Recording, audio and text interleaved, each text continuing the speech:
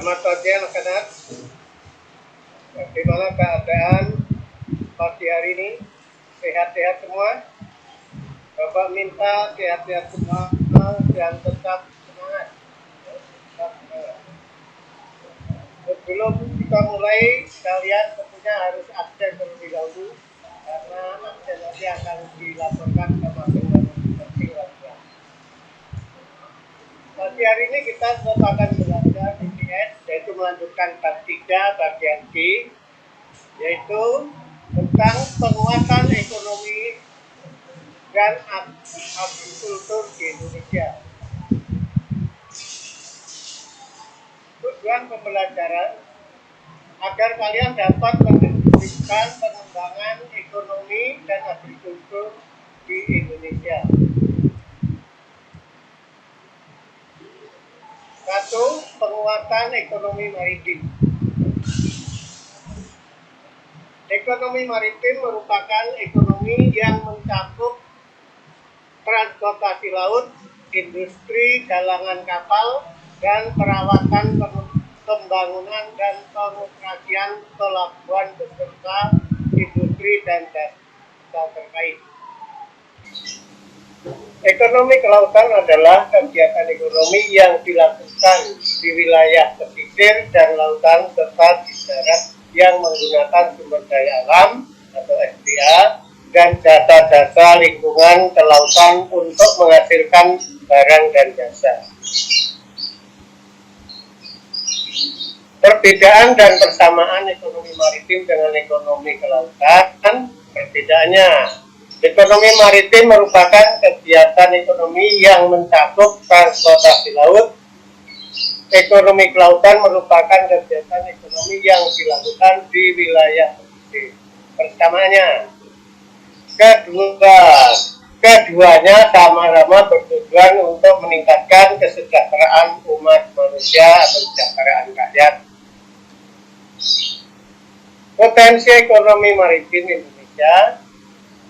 Indonesia adalah negara kepulauan terbesar di dunia yang secara geografis yang terletak di titik persimpangan Samudra Hindia dan Samudra Pasifik. 75% dari total wilayah Indonesia terdiri dari wilayah perairan atau lautan, menjadi Indonesia memiliki potensi maritim yang sangat besar. Indonesia merupakan negara terikat kedua dalam produksi perikanan, tangkap perikanan, dan peringkat keempat dalam produksi perikanan budidaya. Indonesia memiliki keindahan bahwa laut yang sudah mendunia seperti Bunaken, Raja Ampat, Pelabuhan Bajo, dan Wakatobi. Ya. Indonesia berdasarkan Badan Pusat Statistik BPS tahun 2017, Tiongkok menjadi negara tujuan utama ekspor rumput laut Indonesia, tercatat sebanyak 149.000 ton atau sebesar 85,5% dari total ekspor. Bagaimana kondisi ekonomi maritim di Indonesia dan negara-negara ASEAN? Kondisi ekonomi maritim Indonesia dapat dilihat dari 1. Sektor pelayaran, 2. Sektor perikanan, 3. Sektor pariwisata bahari. 1. Sektor pelayaran. Kondisi pelayaran di Indonesia belum maksimal dalam meningkatkan perekonomian negara disebabkan A. Fasilitas kapal angkut yang belum memadai, B. Sistem pelabuhan yang perlu diperbaiki, C. Daya saing sumber daya manusia di sektor pelayaran masih relatif rendah. 2. Sektor perikanan. Sektor perikanan merupakan salah satu sektor yang cukup berkembang. Kementerian Kelautan dan Perikanan sudah mengadakan gerakan makan ikan dengan harapan adanya peningkatan yang konsisten di sektor perikanan. 3. Sektor pariwisata bahari. Sektor pariwisata bahari di Indonesia belum dikembangkan dengan maksimal.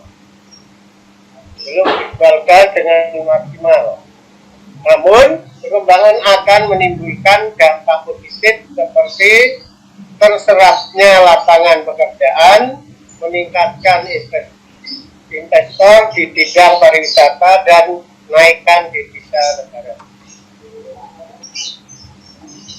Apa saja strategi dan kebijakan yang bisa digunakan untuk mengembangkan ekonomi maritim di Indonesia? 1. Meningkatkan daya saing dan memperkuat daya dukung dalam ekonomi maritim. 2. Meningkatkan kesejahteraan masyarakat yang terlibat dalam ekonomi maritim, nelayan, peduli garam, dan pengolahan ikan. Penguatan kedaulatan maritim dan pengelolaan sumber daya alam secara mandiri dan berkelanjutan. 4. Mengembangkan infrastruktur secara mandiri dan terpadu, serta mengembangkan sumber daya manusia, iptek, dan budaya maritim. Kebijakan pengembangan ekonomi maritim di Indonesia. 1. Membangun sekolah pelayaran dan perkapalan untuk meningkatkan kualitas sumber daya manusia dalam ekonomi maritim. 2. Memberikan pelatihan kepada nelayan, peternak ikan, dan para pelaku sektor ekonomi maritim. 3. Melakukan patroli laut untuk mencegah masuknya dan pengoperasiannya kapal-kapal pencuri ikan. Melakukan penindakan terhadap kapal pencuri ikan dengan cara meledakkan atau menenggelamkan kapal tersebut. 5. Melarang beroperasinya metode penangkapan yang merusak ikan seperti pukat harimau, bom ikan, dan racun ikan. 2. Penguatan agrikultur di Indonesia.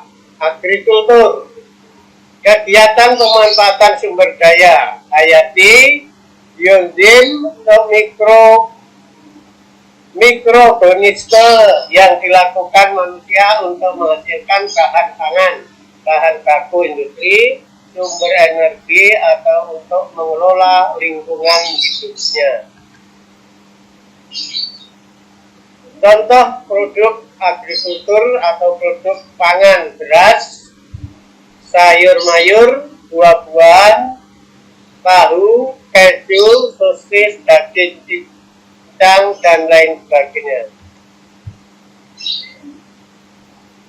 Non-agrikultur adalah suatu proses untuk memproduksi sebuah produk yang bukan untuk dimakan, baik manusia maupun hewan ternak. Contoh produk: serat, papan, kursi, meja, minyak esensial, dan lain-lain.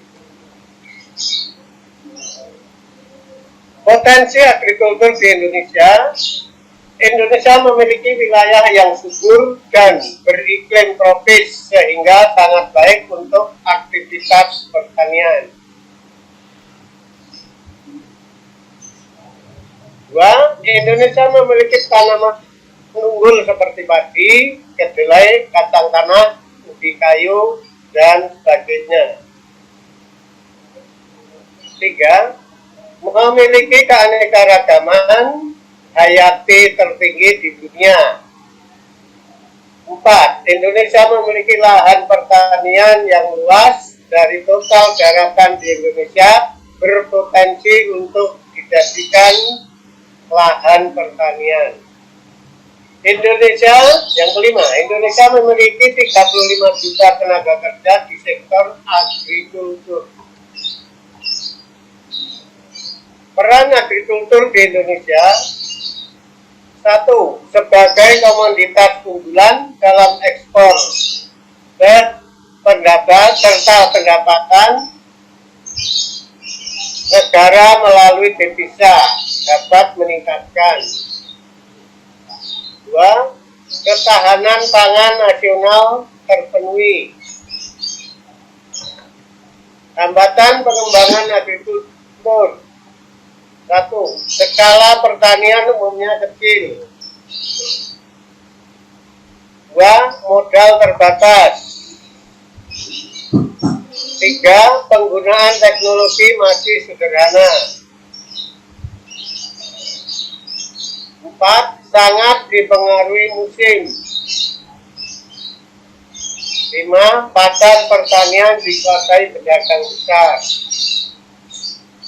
6. Ahli fungsi lahan pertanian menjadi non-pertanian. 7. Kurangnya penyediaan benih yang bermutu. Strategi pengembangan agrikultur di Indonesia: A. Eco farming.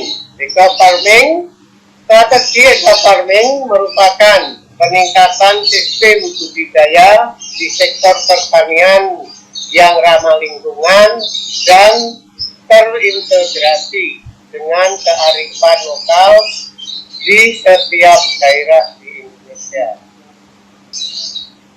Distribusi pupuk secara merata. D. Perbaikan irigasi. Ya, cukup sekian anak-anak. Kita bisa bertemu lagi di Jumat yang akan datang melanjutkan pelajaran yang lain. Dari saya, Assalamualaikum warahmatullahi wabarakatuh.